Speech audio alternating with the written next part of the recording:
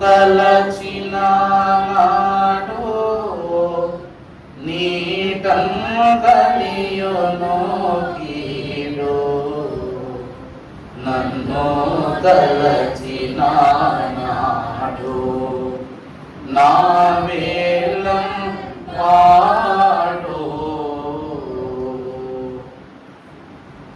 దేవుని యొక్క మహాఘనమైన కృపను బట్టి ఈ ప్రశస్తమైన ఆదివార ఆరాధన దినమున రేపు దేవుని పావన కౌగిడిలోనికి చేరి వచ్చిన మీ అందరకు ప్రభు పాద సాన్నిధ్య సహవాస దీవెన మరణాత మరణాత.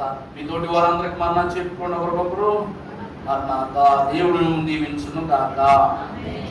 చాలా సంతోషకరము. మరి దేవుని యొక్క మహాఘనమైన కృపను బట్టి మరి ఇందాక మనం ఒక వీడియో క్లిప్ను చూడటం జరిగింది. విపారమైన విపరీతమైన భయంకరమైన కఠినమైన పరిస్థితులు. ఏమండి, ఆ దేశం వారికి ఇలాంటి విపత్తులు కొత్త ఏం కాదు, కానీ అలాంటి దేశాలే ఈ విపత్తుకు బెంబేలెత్తిపోయినాయి అంట. మీకు తెలుసునా? వెనుజులా, జపాన్, అలాగనే యూరోప్, ఇండోనేషియా ఇలాంటి దేశాలు సముద్రాలకు యుద్ధాలకు బాగా దగ్గరగా బతికే దేశాలు. జపాన్లో సునామీ వచ్చింది అనుకోండి, 4 నెలల్లో సరైపోతారు. అదే మనకు సునామీ వచ్చిందంటే ప్రభుత్వం మారిపోయినా కూడా ఆ ప్లేస్ సరవదు. కారణం ఏంటో చెప్పనా? దేవుడు ఆ పరిస్థితులు మనకి ఇప్పటివరకు కలగకుండా కాపాడుతున్నాడు. కాబట్టి వాళ్ళు కాస్త కోస్త తట్టుకునే శక్తి ఉన్నోళ్ళు. మనం ఎవరమే అల్పులము. వాళ్ళు మనుషులే, మనం మనుషులమే. కానీ వాళ్ళకు ఉన్నటువంటి స్థితి ఏమిటయ్యా అంటే ఏది కలిగినా దేవా అనుకుంటారు వాళ్ళు. మనం ఏమనుకుంటాం? కుయ్యో మొర్రో అనుకుంటాం. నిజమే, సరదాగా నిజమే. కానీ ఈ విపత్తు సంభవించినప్పుడు ఏమనుకుంటాం తెలుసా? దేవుడికి నేనంటే ఎందుకు అంత కోపం? దేవుడు నా మీదే ఎందుకు ఇలాంటి పరిస్థితి పుట్టిస్తాడు? నెపం ఎవరి మీద వేసేస్తాను అంతే తప్ప ఇది మన స్వయం కృత అపరాధంగా భావించం. దేవుళ్ళు అన్నారు కదా, లెక్కకు లేని ఎన్నెన్నో శ్రమల వలన మనిషి కాటిపాలైపోతున్నాడు. ఏమైపోతున్నాడు? కాటిపాలైపోతున్నాడు. ఈ లోకములో ప్రతి మాట కూడా ఎలాంటి మాట అయిపోతుంది? పూటకపు మాట. ఏమైపోతుందండి? ఉన్నా కదా, మీకు 3 బోధకుల గురించి వివరించాను గతంలో. మొదటిది పూటకపు బోధ, రెండవది నాటకపు బోధ, మూడవది కీటకపుల బోధ. అంటే ఏంటి? పూటకం అంటే లేనిదాన్ని ఉన్నట్టు చెప్పటం. నాటకం అంటే నేనే దేవుడు అని చెప్పటం. కీటకం అంటే ఏంటి తెలుసా? ఇంకా అది బోధ కాదు, ఇంకా అది క్రిమి అంతే. అంటే నిన్ను విషంలా మార్చేస్తూ దేవుని యొక్క సన్నిధిలో వెలివేసేసేటువంటి బోధ. ఆ బోధల ఫలితాలు, ఆ బోధల వల్ల నడుచుకుని వచ్చే క్రియలే ఈ పరిస్థితులు. దేవుని యొక్క వాక్యాన్ని బట్టి చూస్తే ప్రియులారా, ఈరోజు ఆ క్రమాన్ని బట్టి మరి ఎప్పుడైతే ఆ వృత్తాంతం చూసామో, మరి ఒక తలంపు దేవుడు మాకు అందించడం జరగడాన్ని బట్టి, దేవుని ప్రార్థన క్రమాన్ని బట్టి మీరు జరగాలని చెప్పాలని దేవుడు ఈ అంశాన్ని ఇచ్చాడు. ఏంటో కాకాని తోటలో అయ్యగారు ఒక మాట అన్నారనమాట. లానున్న పరిస్థితులను చెప్తూ ఈ అంశాన్ని మాకు కాస్త దృఢపరిచారు. అప్పుడు అయ్యగారు మాకు ఈ తలంపు ఆయన చెప్పిన మాటల ద్వారా దేవుడు జరిగిన పరిస్థితులను బట్టి ఈ తలాంతుతో ఇది నా వాక్యాంశము. అంశం ఏమిటి అనగా అన్యులు అన్యోన్యులు. అంశం ఏంటండి? ఇది నా వాక్యాంశము అన్యులు అన్యోన్యులు. అర్థమవుతుందండి? ఒకసారి గట్టిగా చెప్పండి. ఒకసారి అన్యులు అంటే అర్థం ఏంటి? అన్యులు అంటే ఎవరో తెలుసు. మరి అన్యోన్యులు అంటే ఎవరు? అన్యులంటే మనకు బాగుగా తెలుసు. అన్యోన్యులంటే ఎవరు? ఏమండి? మా శంకర్ గారు రెడీ చెప్తుంటారు. బోధ వినని వారు అంటే దేవుని అనుసరించిన వారు అన్యులు. అన్యోన్యులు అంటే ఎవరు? దీనికి వ్యతిరేకులు అన్నమాట, అంతే కదండి. దీనికి ఆపోజిట్ గా ఉండేవారు ఎవరంట? అన్యోన్యులు.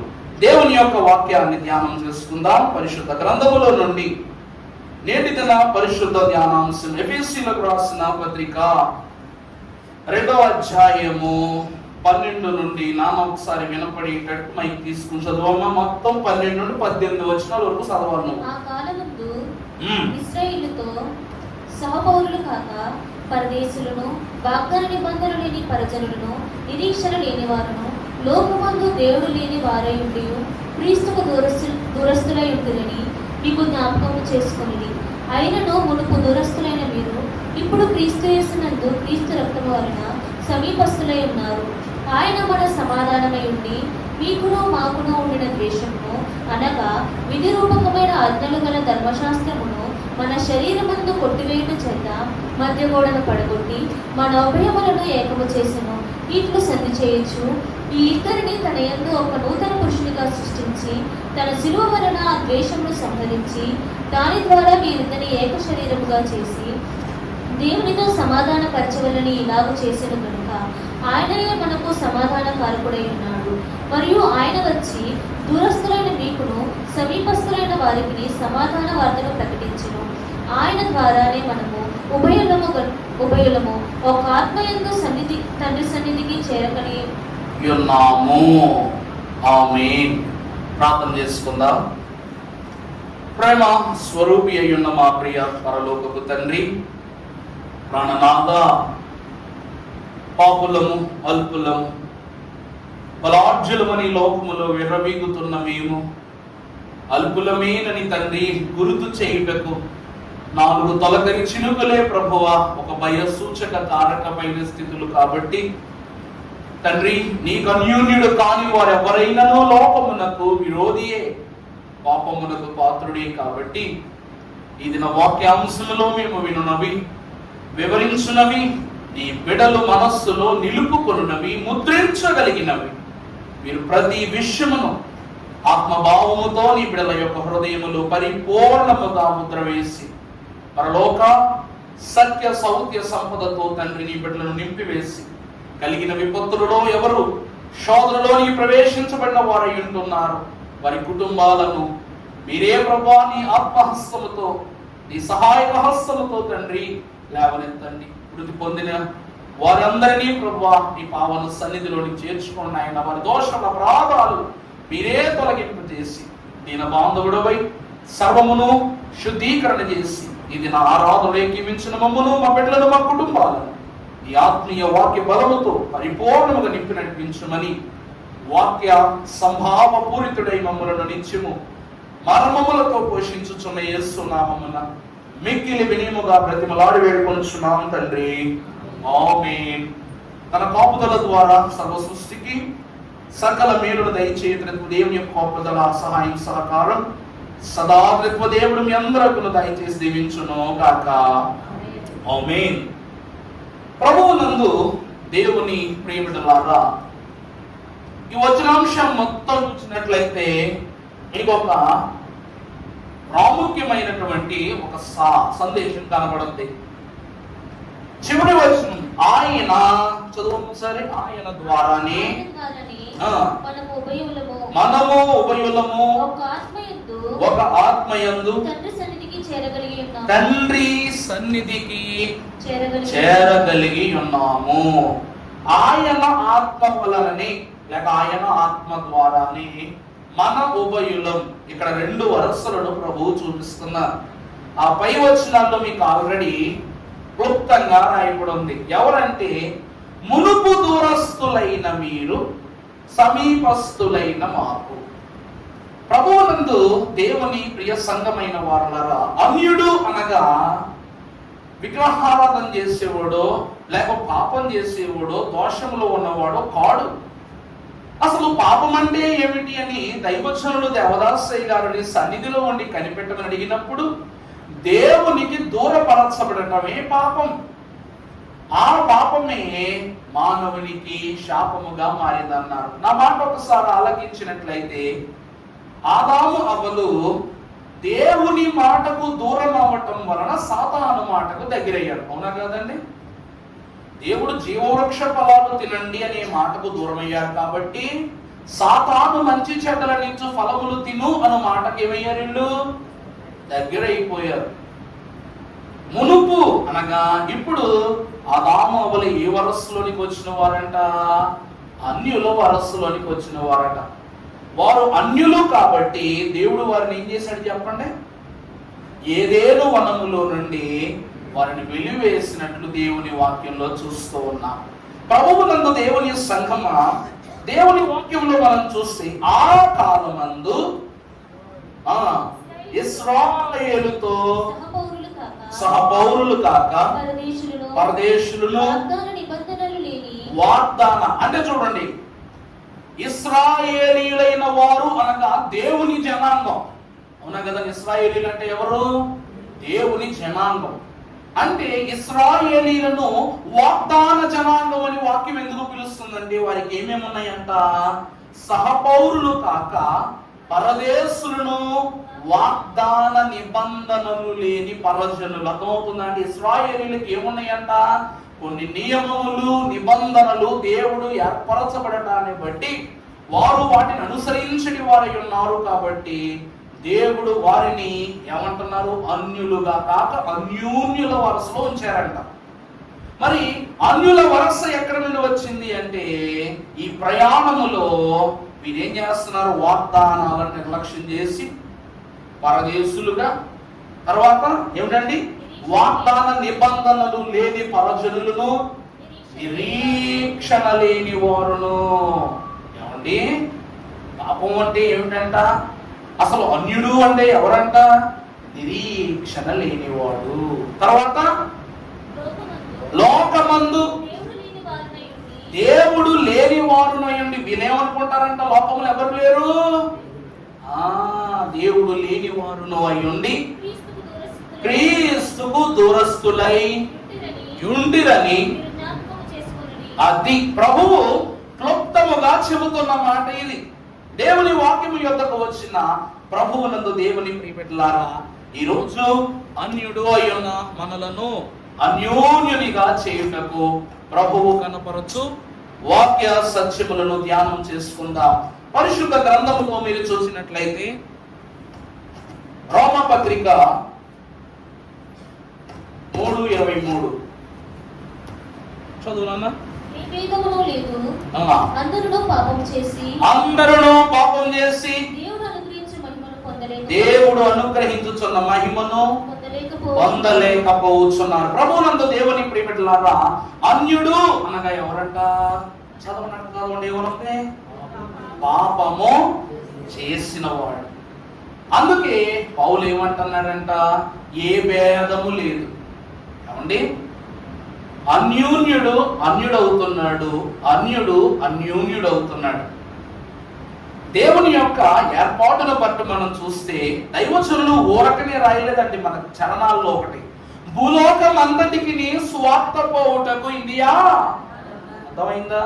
ఇది ప్రధాన కేంద్రమై ఉన్నది కాబట్టి ఏ శ్రమలు వచ్చినా, ఏ శోధనలు వచ్చినా మన గడప దాకా రావడం లేదు. అర్థమవుతుందండి? దేవుని సువార్త ఫలములకు ఇండియా దేశం ఏమై ఉన్నది? ప్రధానమై ఉన్నది. విలువైన వాళ్ళు ఇక్కడ ఉన్నారట. ఏమండి, నాకు ఒక మాట చెప్పండి. అమెరికా నుండి, క్షమించాలి, లండన్, బ్రిటన్ నుండి తెల్లదొరలు వచ్చారట మన దేశానికి. వచ్చి ఏముందని మనల్ని బానిసలను చేశారు? మన దగ్గర ఏముందని మనం బానిసలను చేశారు? నీ వజ్రాల కోసం, నీ వైడూర్యాల కోసమా? 200 ఏళ్ళు మరి వాళ్ళు ఎన్ని పరిపాలించారు, అవి పరిపాలించారు, ఇలా చేశారు, అలా హింస పెట్టారని అంటారు కదా పాఠ్య పుస్తకాల్లో. మన దగ్గర ఏమున్నాయి అని చెప్పేసి మన రత్నాలు రాసులు భూమి మీదకి ఎక్కడా దొరకవా? దొరుకుతాయా? దొరుకుతాయి. కానీ మన రాసులు రత్నాల విలువ మనకు తెలియదు కాబట్టి ఆ కాలంలో ఎక్కడ వేసి అమ్మేవారంట? వాటిని మార్కెట్లో పచ్చిమిరకాయలు, కూరగాయలు అమ్మినట్టు అమ్మేవారంట శ్రీకృష్ణదేవరాయల కాలంలో. ఆ కాలంలో పుష్కలంగా దొరికేసి కాబట్టి ఎలా అమ్మేసేవారు? ఎలా అమ్మేసేవారండి? సరే మీకు అర్థమయ్యేలా చెప్తానండి. ఉల్లిపాయలు కేజీ ఎంత? 20-30, 25 రూపాయలు, 25 రూపాయలు. ఇదే 25 రూపాయలు ఉల్లిపాయలు 200 రూపాయలు కొనుక్కున్న రోజు ఎప్పుడైనా ఉందా? ఉంది. లేకే ఈ వర్షాకాలం దగ్గర పడినప్పుడు ఒక భయంకరమైన తుఫాను వచ్చేస్తే కేజీ ఉల్లిపాయలు ఎంత? 200. అప్పుడు అందరం ఏమనుకున్నాం? ఉల్లి లేకపోతే ఉల్లి పొర తీస్తే కన్నీళ్ళు వస్తాయంటారు కదా. ఆ రోజు ఉల్లి పొర తీయకుండానే కన్నీళ్ళు రెప్పించింది గతంలో. అదే వర్షాకాలం మళ్ళీ వచ్చేసింది, మళ్ళీ శోధన కాలం మళ్ళీ వచ్చేసింది. ఆ రోజు దాని విలువ తెలియదు, ఈ రోజు దాని విలువ తెలుసు కదా. జాగ్రత్త పడుతున్నాం. ఇప్పుడు ఆ జరుగుద్దులే అనుకుని విడిచిపెట్టేస్తాం. ఆ కాలంలో కూడా రత్నాలు రాసులు మాకు పుష్కలంగా ఉండనే ఉన్నాయి కాబట్టి వాటిని ఎవరో మా యొద్ద నుండి ఏం చేయలేరు, వాటిని ధారాళంగా నమ్ముకొనవచ్చు అనుకున్నారు. కానీ ఈరోజు ఒక వజ్రమైన వీధిలో కూర్చుని ఎవడైనా నమ్ముతాడా? ఒక గ్రామం బంగారం వీధిలో కూర్చుని ఎవడు నమ్ముతాడా? అమ్మడం. కారణం ఏంటంటే మనకు విలువ కాని ఎన్నో విషయములు విదేశములకు విలువైనవి. మీకు అర్థమయ్యేలా చెప్పాలంటే ఒకప్పుడు మన డబ్బు, మన సంపద, మన వస్తువులు వాళ్ళ దేశాలకు తరలించుకున్నారు. ఈరోజు ఆ డబ్బులు, సంపద, వస్తువులు తయారు చేయగలిగే మేధావుల్ని ఈరోజు ఎక్కడ తీసుకెళ్ళిపోతున్నారు? విదేశాలు తీసుకెళ్ళిపోతాం. అప్పుడు ధన నిధులు, ఈరోజు ధనము కంటే విలువైనటువంటి జ్ఞానం. అర్థమైందా? వాళ్ళు అన్యోన్యత ఏంటో తెలుసుకుంటున్నారు. మరి మనము దేవుని వాక్యం ఏమంటుందో తెలుసా? బ్రిటిష్ వాడు వచ్చి మనల్ని ఏం చేయాల, కానీ వాళ్ళు వచ్చి మనల్ని ఏలటానికి కారణం ఏంటి చెప్పనా? మనమంట కుల మత భేదంతో కొట్టుకొస్తున్నాం. ఆడొచ్చి ఏం చేశాడు తెలుసా? మీ వైట్ నువ్వేంటి చెప్పు, నేను తెల్లోడిని. అర్థమైందా? వాడు డబ్బు, కులం, మతం ఇలాంటి వ్యర్థవాదాలతో మనుషులు కొట్టుకుని చేస్తున్నప్పుడు వాడు వచ్చి కొత్తగా సాల్ట్ ఉప్పేసాడంటే దీని గురించి, నేను తెల్లవాడను, నువ్వెవరు? అర్థమైందా? అది ఎవరిని తక్కువ చేసి చూడాల.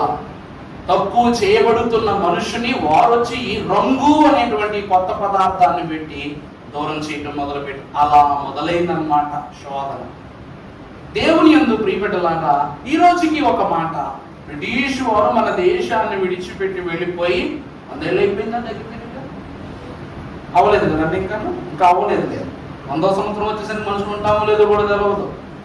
200 ఏళ్ళు పరిపాలించిన వాళ్ళు పట్టుకుని వెళ్ళిపోయారు. వాళ్ళు వదిలేసి ఎంతకాలమైనా కూడా వాళ్ళు బాగున్నారా, మనం బాగున్నామా? వాళ్ళే బాగున్నారు. కారణం ఏంటి తెలుసా అండి? దేవుని యందు భయభక్తులు కలిగి వాళ్ళు విలువైన వాటిని పట్టుకెళ్ళారన్నారు చూసారా? ఆ విలువైన వాటిలో వారు ఇక్కడ నేర్చుకున్న మంచి నాగరికత, జ్ఞానము, దేవుని యందు కలిగిన శుద్ధి, మన దగ్గర నేర్చుకున్న ఎన్నో గొప్ప గొప్ప స్థితులు కూడా వాళ్ళు అక్కడ అలవాటు చేసుకున్నారు. దేవుని వాక్యం యొద్దకు వచ్చిన మీరు రారా, ఈరోజు వారు బాగున్నారు, మనం ఇంకా ఎక్కడ ఆగిపోయామంట? అదే స్థితిలో ఆగిపోయాం. అందుకే ఏ భేదము లేదు. అర్థమైందండి? భేదం అంటే రూపమును బట్టి, రంగును బట్టి, శుచిని బట్టి, రుచిని బట్టి, పరిస్థితులను బట్టి ఏ భేదం లేదు. మనిషి పాపమును పుట్టించుకున్నట్టుకు ఏ తరుణాన్నైనా కూడా తనకు ఆధారంగా చేసుకుంటున్నాడు, పాపములో పడిపోతున్నాడు, దేవునికి ఏమైపోతున్నాడు? దూరస్తుడైపోతున్నాడు. అన్యత్వము అనగా పాపములో పడటం, పాపములో పడటము అనగా దేవునికి దూరం అయిపోవటం. మనగా ఏమిటండి? అందుకే ప్రభు ఇప్పటికే అంటున్నారు, అన్యులమై ఉన్న మనం ఏమనుకుంటున్నాము? మనం అందరం అంటే ఏమనుకుంటున్నామంటే నేను పాపము చేసిన వాడని మనం అనుకుంటున్నాం. కానీ మన ప్రభు అన్యుడు కాదు, అన్యూన్యుడు. కాబట్టి పాపివని నీకెవరో చెప్పెనో, పావనుడవైయుండగనో, శాప మరణము రాదు నీకు,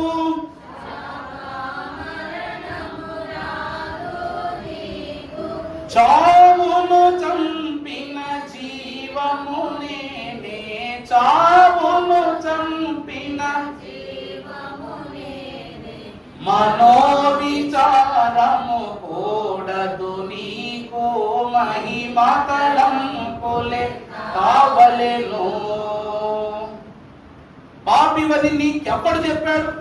అవునా కాదండి? ప్రభు ఎప్పుడైనా నిన్ను పాపేనా అందం ఎప్పుడైనా విన్నావా? ఒక భక్తుడిని కానీ, చెడు చేసిన వాడిని కానీ, సౌలును కానీ, చివరి కయ్యూను కానీ, ఎవరిని కూడా ప్రభు ఎప్పుడు పాపి అనలా. తన వెన్నుపోటు పడిన యోధాను కూడా ప్రభు పాపి అనలా. కారణం ఏమిటంటే, నువ్వు పాపివని నీకెవడు చెప్పాడు? నేను ఎప్పుడు అనలేదే. ఏదైనా వనంలో ఆదామమ్మల దగ్గరికి కూడా వచ్చి, ఆదాము అవ్వమ్మ ఎక్కడున్నారు అని అడిగితే, ప్రభువా మేము దిగంబరులమై ఉన్నామని వాళ్ళు చెప్పారు. ప్రభు అడిగారా మీరు దిగంబరులై ఉన్నారేంటి అని? వాళ్ళే అన్నారు, ప్రభువా మేము చెట్టు చాటున ఉన్నాం, మేము దిగంబరులమై ఉన్నామంటే మీరు దిగంబరులని మీకు చెప్పింది ఎవరు అన్నారా లేదా ప్రభు అండి అక్కడ? అంటే నువ్వు పాపములో పడ్డావని నీకెవరు చెప్పారు? పాప ప్రవేశమే కాదండి, పాపము పదమును కూడా పలకని పరిశుద్ధుడు కాబట్టి ఆయన సర్వ సృష్టికి మేలను గ్రహించిన అన్యోన్యుడు అయి ఉన్నారు. ఈరోజు మనము చూస్తే వాక్యం చదువుకున్న యెషయా 59:2 చదువునన్నా. అమ్మా మీ పాపమును ఆయన ముఖము మీద, ఆయన ముఖమును మీకు మరుగుపరచుచున్నవి. అర్థమవుతుందా అండి? వాక్యములో పరమ భక్తుని యొక్క ప్రస్తావన ఏమిటంటే, యెషయా గ్రంథములో ఇదిగో మీ పాపములు ఆయన ముఖమును మీకు. దేవుడు దాక్కున్నాడా? ఆదామవ్వలు దాక్కున్నారా? అంటే వాళ్ళ పాపములు దేవుని ముఖము నుండి వాళ్ళు ఏం చేసినాయి? దూరంగా చేసి పక్కకి దాసేసి. అందుకే పాపము అనగా అన్యత్వం. పాపం అంటే ఏమిటండి? అన్యత్వం. ఈరోజు వరకు, రానున్న రాకడ కాలము వరకు కూడా ప్రభు మనందరినీ కలిపి సంఘమే అంటున్నారు తప్ప కొత్త పేరు ఏమైనా పెట్టారా? మనకి కొత్త పేరు ఏమైనా పెట్టారా? యూదుడైనా క్రీస్తు దేశస్తులు ఎవరైనా కూడా క్రీస్తు శిలువను బట్టి పరిశుద్ధముగా దేవునిలో ఫలించాలని తలంపులు ప్రభు తెలియజేస్తూ ఉన్నారు. దేవుని సంగమా, తర్వాత అక్రమంగా చదువున్నాను ఒకసారి. మీ చేతులు, చూడండి పాపములంటే ఏమిటంట? మీ చేతులు రక్తము చేతను, మీ వేళ్ళు దోషము చేతను. మీ చేతులు రక్తము చేత, మీ వేళ్ళు దోషము చేత అపవిత్రపరచబడిన. రక్తము చేత అపవిత్రపరచబడి అంటే ఏంటి? రక్తం చేత. ఆదాము కాలములో నరహత్యతో ప్రారంభమైందంట. అమ్మా, కయ్యూని హేబేలును తన చేతులతో చంపేశాడు. ఆక్రమమే లోకం ఎలా మార్చేసిందో తెలుసా? బలి అర్పణ అని మార్చేసింది అనమాట. అదే ఇర్మియా కాలంలో పక్షులు, పశువులు, జంతువులను బలులు ఇవ్వటం మానేసి ఏమి చేసేవారు? సొంత పిల్లలను కూడా బలులు ఇచ్చేసేవారు. అందుకే విలాప ప్రవక్త ఆయన ఇర్మియా విలాప వాక్యాల గ్రంథం రాశాడు. 6 అధ్యాయాలు రాశాడు. ఎడుతూ రాశాడు అంట. చూసారా? మనం పాపాలు ప్రభు ముఖము నుండి మనం దూరంగా ఎట్టేస్తున్నాయి. కారణం ఏంటంటే, మనం ప్రభు సన్నిధికి ఏ చేతులతో వస్తున్నాం? ఏ చేతులతో వస్తున్నాం?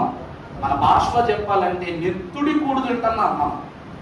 దేవుని సన్నిధిని విడిచిపెట్టడం వల్ల ఈ లోకంలో తినే భోజనం నెత్తుడి కూడు. అంటే దాని అర్థం ఏంటంటే, రక్తపు కూడు తింటున్నాం. ఎంత ఘోరం! అది అన్యాత్వం కాదా? ధన్యత్వం కాదా? దేవుని ప్రియబిడ్డలారా, మీకు ఒక చిన్న కథ చెప్తా వినండి. ఇందులో ఏది గొప్ప మీరు చెప్తే ఏంటి మీ అందరికీ? అందరూ పెద్దోళ్ళు ఏమివ్వాలి? పిల్లలకి ఇవ్వాలని కానీ అప్పుడు చాక్లెట్ ఇవ్వాలి. ఏమండి? మీ పిల్లలకి ఇచ్చుకోండి. ఒక ప్రాంతంలో మంచి రాయి కనబడిందంట. ఒక ఊరిలో రాయి కనబడినప్పుడు కొంతమంది ఊరి వాళ్ళు ఆ దారి గుండా నడుచుకుంటూ వెళుతుంటే వాళ్ళు ఒక మంచి రాయి కోసం వెతుక్కుంటున్నారంట. వెతుకుతూ ఉండేసరికి ఆ ఊరి నడిబొడ్డు దగ్గర ఒక అద్భుతమైనటువంటి బండ కనబడిందంట. చాలా అద్భుతంగా ఉందంట రాయి చూడటానికి. ఉండేసరికి అది చూసి, అబ్బా ఇది మనం కట్టపోయే గుడికి శిల కింద చెక్కడానికి ఈ రాయి చాలా బాగుంటుంది. ఎందుకంటే ఇది 9 అడుగులు ఎత్తుంది ఈ రాయి.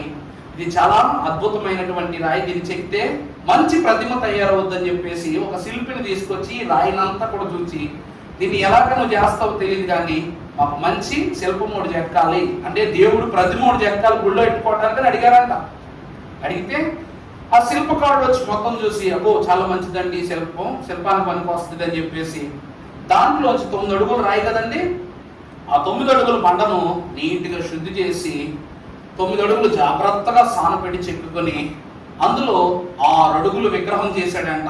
మిగిలిన 3 అడుగులు వేస్ట్, అంతే కదండి. 9 అడుగుల్లోంచి 3 అడుగులు 6 అడుగులు మంచి విగ్రహం చెక్కాడు, చాలా నీట్గా ఉంది. 6 అడుగులు కట్ చేసి పక్కన పడేసాడంట. పక్కన పడేస్తే ఈ తయారైపోయిన విగ్రహాన్ని పట్టుకుని వెళ్ళి గుళ్ళో పెట్టారు. ఏం చేస్తున్నారు? పూలేస్తున్నారు, అభిషేకం చేస్తున్నారు, దండం పెట్టుకుంటున్నారు, పొర్లు దండం పెడుతున్నారు. అక్కడికి వెళ్ళిన వారందరూ కూడా మలినమైపోయి అన్ని కూడా అక్కడికి వెళ్ళి మొదలుపెట్టుకుంటున్నారు. మరి ఈ 3 అడుగులు మిగిలిపోయినటువంటి రాయందు చూసారా, ఇది ఎక్కడికి వెళ్ళిందంట? చాకలి రేవు దగ్గరికి వెళ్ళిందంట.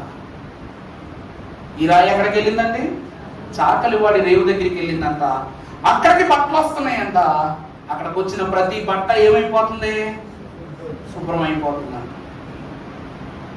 కొత్త బట్టలు కట్టుకుని మంచిగా సిద్ధపడి గుడికి దండం పెట్టుకుని పాపమన్నీ కలిచుకుని బట్టలు వేసుకుని గుడి దగ్గరికి వెళ్ళి దండం పెట్టుకుంటున్నాం. దండం పెట్టుకుని దేవుడు నా పాపం తొలగిస్తాడు అని చెప్పేసి ఒక మొక్కుబడి చేసుకున్నాం. తిరిగి వచ్చేసిన తర్వాత ఆ దుస్తులు తీసేసి అవి పట్టుకెళ్ళి చాకలోడు చేతిలో పెడుతున్నాం. ఆ చాకలోడు అదే బండ దగ్గరికి 3 అడుగుల రాయి దగ్గరికి వెళ్ళి దబా నీ బట్టలు శుద్ధి చేసి నీ ఇంటికి పట్టుకొచ్చిస్తున్నాడు. ఓ మాట, గుడిలో ఉన్న ఈ దేవుడు శుద్ధి చేస్తున్నాడా? చాకలి రేవు దగ్గర ఉన్నటువంటి ఆ రాయి శుద్ధి చేస్తుందా? అర్థమవుతుందండి? దైవజనుడు దేవదాసే రెండూ రాళ్లే. అందుకే దేవుని వాక్యం ఉంటది. దేవుని యొక్క పని, దేవుడు చేసే శుద్ధి, చాకలివాడు రేవు దగ్గర చేసే శుద్ధి అంతా స్పష్టంగాను శుద్ధికరంగాను ఉంటదట. దేవుని ప్రియబిడ్డలారా, నువ్వు అంటించుకున్న పాపమనే మలినాన్ని వదలగొట్టడానికి అక్కడ నీ కంటికి అది పోయినట్టు కనబడదు, నీకు అది కలిగినట్టు నీకు తెలియదు. కానీ నీ దుస్తుల కంటిన మరకను శుద్ధి చేసి నిన్ను ఆరోగ్యంగా ఉంచుతున్నాడా లేదా? ఉరిపాట్లు 10 రోజులు వేసుకుని వెళ్ళు, 11వ రోజు నీకేమవుతుంది? ఈ రోగంతో దగ్గుకుంటాను అలా వెళ్తావు. అక్కడికి వెళ్తావు, గుడి దగ్గరికి వెళ్తావు, ఎవడా నన్ను వదిలేదా, నన్ను బతికించలేనా అంటావు. మళ్ళీ అక్కడ కూడా వెనక్కి వచ్చేస్తావు. ఈ బట్టలు మళ్ళా ఎందుకు? నేను 40 రోజులు ఏం చేస్తున్నాను? దేవుడి గుళ్ళు ఉపవాసం చేస్తున్నాను. ఈ బట్టలు ఎవ్వడు పట్టుకోవడానికి లేదు నేను తప్ప. ఇవి మలినమైనా అయిపోవాలి, కానీ ఎవరి చెయ్యి దీని మీద పడకూడదు అంటావు. చివరిలో మళ్ళా చివరికి ఏమవుతుంది? తిప్పి ఏమండదు, మంచం మీద పడుకొని అంటమే. ఇంకా నా మాట అర్థమైందండి? అక్కడికి వెళ్ళి మలినంతోనే వస్తున్నావు. అక్కడ నీకు శుభ్రం దొరకట్లా, శుద్ధి దొరకట్లా. ఈ రోజు ఈ చాకలివాడు శుభ్రంగా నీ బట్టలు తొక్కడం వల్లనే కదా ఆరోగ్యవంతమైన దుస్తులతో నువ్వు వేసుకుని అక్కడ వెళ్ళటాన్ని బట్టి నువ్వు ఆరోగ్యంగా ఉన్నావు. ఇప్పుడు ఇక్కడే ఈడు గొప్పవాడా, అక్కడ ఆయన గొప్పవాడా? ఆ రాయి గొప్పదా, ఈ రాయి గొప్పదా? నిత్యము నీకు ఆ నిత్య ఆరోగ్యాల శుభ్రతనిచ్చే ఈ రాయే గొప్ప. అందుకే ప్రభు అంటున్నారు. ప్రభు ఎవరంట? ఆ బండ క్రీస్తే. ఆ బండ ఎవరండి? క్రీస్తే.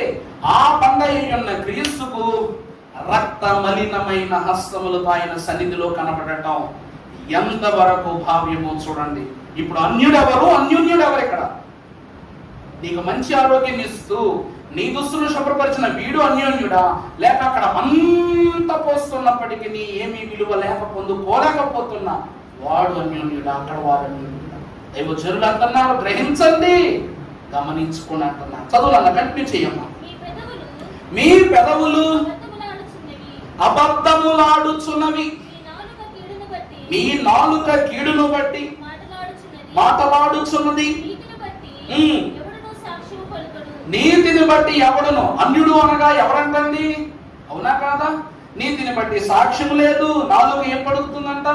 కీడే పలుకుతుందంట, మేలైనదే తీయలేదు. అందుకే పరమ భక్తుడైన సామెతల కాంతక సొలొమోను అంటాడు, ఒక్కడునూ లేడు అమ్మా నీతిమంతుడు, ఒక్కడునూ లేడు. దైవ వాక్యం ద్వారా సెలవించిన ఏమిటది? జీవము మరణము దేని వశం? నాలుగు వశం. ఈ 4 పెదవులు దాటిందంటే ఇంక అయిపోయినట్టే. ఇక మేలైనా కీడైనా ఉపకారంగా చేసుకోవాల్సింది. చదువునన్నా. సత్యమును బట్టి ఆ. ఎవడునూ వ్యాజ్యమాడడు, అందరూ వ్యర్థమైన దానిని నమ్ముకొని చూడండి చూడండి చూడండి. అర్థమైందా? అందరూ వ్యర్థమైన దానిని నమ్ముకొని దేన్ని నమ్ముకుని 6 అడుగులు రాయి ఏం చేస్తున్నారు? వ్యర్థమైన దాన్ని నమ్ముకుని మోసపు మాటలు పలుకుదురు, చెడుగును గర్భమును ధరించి పాపమును. అర్థమవుతుందమ్మా? అందరూ దేన్ని నమ్ముతున్నారంట? మోసమును. అందరూ వ్యర్థమైన దానిని నమ్ముకుని చెడుగును మోసాన్ని గర్భమునందు ధరించుకుని దాన్ని ఎలా మారుస్తున్నారు? పాపంగా మారుస్తున్నారు. అందుకే అన్నారు, పాపము చేసిన వాడు ఎవరంట? అన్యుడు. పాపం అంటే జన్మ పాపం, నైజ పాపం. అర్థమైందండి? అన్యత్వం అంటే ఏమిటంట? భక్తుడు అంటాడు, ఎవరు? యోహాన్ గారు, ఎరిగి ఎరిగి ఎరిగి నేనేమైపోయాను? చెడిపోయా. యేసు నీ గాయము నాకు తెలుసు, నువ్వు ప్రభువు అని నాకు తెలుసు, నువ్వు రక్షకుడు అని నాకు తెలుసు, నువ్వు ప్రాణనాథుడు అని నాకు తెలుసు, నువ్వే మోక్షం ఇచ్చేవాడు అని తెలుసు. అయినా నువ్వు నేనేం చేస్తానయ్యా అంటే ఎరిగి ఎరిగి ఎరిగి పాడైపోతున్నాను, దోషమైపోతున్నాను అని అంటున్నాడు. పాపము చేయటము, నైజ పాపము చేయటమే ఏమై ఉన్నది? అన్యత్వం. అన్యత్వం. తర్వాత మనం చూస్తే రెండవ స్థితి, దశలోనికి రాస్తున్న మొదటి పత్రిక 4:13. సహోదరులారా, నిరీక్షణ లేని ఇతరుల వలె. చాలు నాన్న. రెండవదిగా మనము చూసినట్లయితే అన్యత్వము అనగా ఏమిటి అంటే నిరీక్షణ లేని ఇతరుల వలె. అన్యుడంటే ఎవరంటండి? నిరీక్షణ లేని వాడు. అసలు నిరీక్షణ అంటే దైవజనులు ఏమన్నారు? నిరీక్షణ అనగా నీ రక్షణ అన్నారు. నిరీక్షణ అంటే ఏంటంట? నీ రక్షణ అన్నారు. మరి అదే లేకపోతే రక్షణ ఎక్కడి నుంచి వస్తుంది? తర్వాత వచ్చిన భాగంలో కూడా మీరు చూసినట్లయితే యోబు గ్రంథం 8:13లో పరమభక్తుడైన యోబే ఇలాగను ప్రస్తావిస్తుంది. 8:13, దేవుని మరచు వారందరి గతి అట్లే ఉండును. దేవుని ప్రియమిత్రులారా, నిరీక్షణ లేనివాడు అంటే ఎవరు అనగా దేవునిని మరచిన వాడు. అందుకే దైవజనులు పాటలు ఏమని రాశారు? ఎందరెన్ని అన్నా ఏ మాటలు వినవద్దు, దేవ వాక్కే నిజము దిక్కులు చూడొద్దు. ఇదిగో వినుట వలన నీకేం కలుగుతుంది? విశ్వాసం కలుగుతుంది. అంటే ఆ విశ్వాసాన్ని బట్టే కదా కుమారుడు కలిగినా కలగకపోయినా దేవుని మీద ఆశ పెట్టుకున్నాడా లేదా అబ్రహాము గారు? ఆ నిరీక్షణ ఉంది కాబట్టి కుమారుని కొరకు ఆశగా కనిపెట్టాడు. తనకు కావలసిన వివాహము విషయంలో ఆశగా కనిపెట్టాడు. తన యొక్క వంశావళి మొత్తము కొరకు ఆశగా కనిపెట్టాడు. మన తండ్రి అయిన దేవదేవుడు కూడా బైబిల్ మిషన్ను సరైనటువంటి చేతికి అప్పగించడానికి ఎన్ని వేల సంవత్సరాలు ఖర్చు ఆయన చంపడ్డారంట? 2000 సంవత్సరాలు నిరీక్షించారంట. ఏమంటే నిజమా కాదా? బైబిల్ మిషన్ను సరి అయిన హస్తానికి అప్పగించడానికి, ఫాదర్ దేవదాసయ్య గారి చేతికి అప్పగించడానికి ప్రభు ఎంతకాలం నిరీక్షించారంట? 2000 సంవత్సరాలు నిరీక్షించారట. ఎంత భాగ్యమో చూడండి. మానవుని కొరకు, మానవుని ద్వారా తన కార్యం జరిగించుకోవడం కొరకు ప్రభువు నిరీక్షించారట. ఎంత వింతో, ఎంత వింటూరం. ఎందుకంటే ఆ నిరీక్షణ వలనే ఈరోజు మనం అందరం రక్షింపబడుతున్నాం. నేను చెప్పగా బైబిల్ మిషన్లోనికి వచ్చు వారు ఎందరో. అలా బైబిల్ మిషన్లోకి వెళ్ళాలన్నప్పుడు ఎవరి అనుమతి కావాలంట? ప్రభువు అనుమతే కావాలన్నారు. నేను చెప్పకుండా మిషన్లో నుండి ఎవరు బయటికి వెళ్ళలేరంట. ఈరోజు అట్టి మిషన్లో మనం ఉన్నామంటే మనము ఏమై ఉన్న వారమంటే నిరీక్షణ గల జనముగా ఉన్నాం. అన్యులుగా ఉన్నాం. అన్యూన్యులుగా ఉన్నాము మనం. అన్యూన్యులుగా ఉన్నాం. ఆయన కౌగిలిలో ఉన్నాం మనం. అందుకే ఏమంటున్నాడు యోబు భక్తుడు? అందరి గతి, దేవుని మరచు వారందరి గతి అట్లే ఉండును. భక్తిహీనుని ఆశ నిరర్థకమగును, అతని ఆశ. అర్థమైందా? నిరీక్షణ లేనివాడు ఆశ ఏమైపోతుందంట? నిరీక్షణ లేనివాడు అంటే భక్తి చేయనివాడు అని అర్థం. నిరీక్షణ లేనివాడు అంటే ఎవరండి? భక్తి చేయనివాడు అర్థం. అయ్యగారు ఎప్పుడు అనేవారంట, మా పెదనాన్నగారు కూడా మాకు ఎప్పుడు ఒక మాట చెప్పేవారు, ప్రాముఖ్యంగా బిడ్డలందరికీ, మీరు భక్తి చేస్తే భక్తి మిమ్మల్ని కాపాడుకుంటుంది రానున్న రోజుల్లో అనేవారు. చాలా ఇష్టం ఆ మాట అంటే మాకు. మీరు భక్తి చేయండి, ఆ భక్తి ఏం చేస్తుంది, కాలము సమీపించినప్పుడు ఆ భక్తి మిమ్మల్ని కాపాడుకుంటుంది. ఎవ్వరూ మిమ్మల్ని ఎక్కడికి తీసుకుని పోలేరు. అందుకే యోసేపు మహాభక్తులు భక్తే చేశారు, అబ్రహాము భక్తే చేశారు. అసలు భక్తులు అనిపించుకున్న వారందరూ కూడా దేవునిలోనే జీవించారు కాబట్టి భక్తులు అయ్యారంతే. భక్తులైన వారి మీదకి కత్తులు వస్తాయేమో కానీ ఆ కత్తులు వారి నడుమలో ఏ గాయమును కూడా కనపరచలేవు. ఎందుకంటే ఆయన విడిచిపెట్టిన వారికి అలాగే జరుగుతాయి. ఎంత శ్రమ వచ్చినా యోబు విడిచిపెట్టాడా? తన దగ్గరకు భార్య వచ్చింది, ఆ అన్యురాలు అయిపోయింది. స్నేహితులు వచ్చారు, అన్యులు అయిపోయారు. లోకములను ప్రతి క్రియ అతన్ని వేదన పెట్టింది. శరీరంతో సహా అన్యత్వంలోనికే తోసేసాడు, కానీ ఆత్మను మాత్రం అన్యోన్యముగా దేవునికి అప్పగించు పర్యాంతము యెహోవా.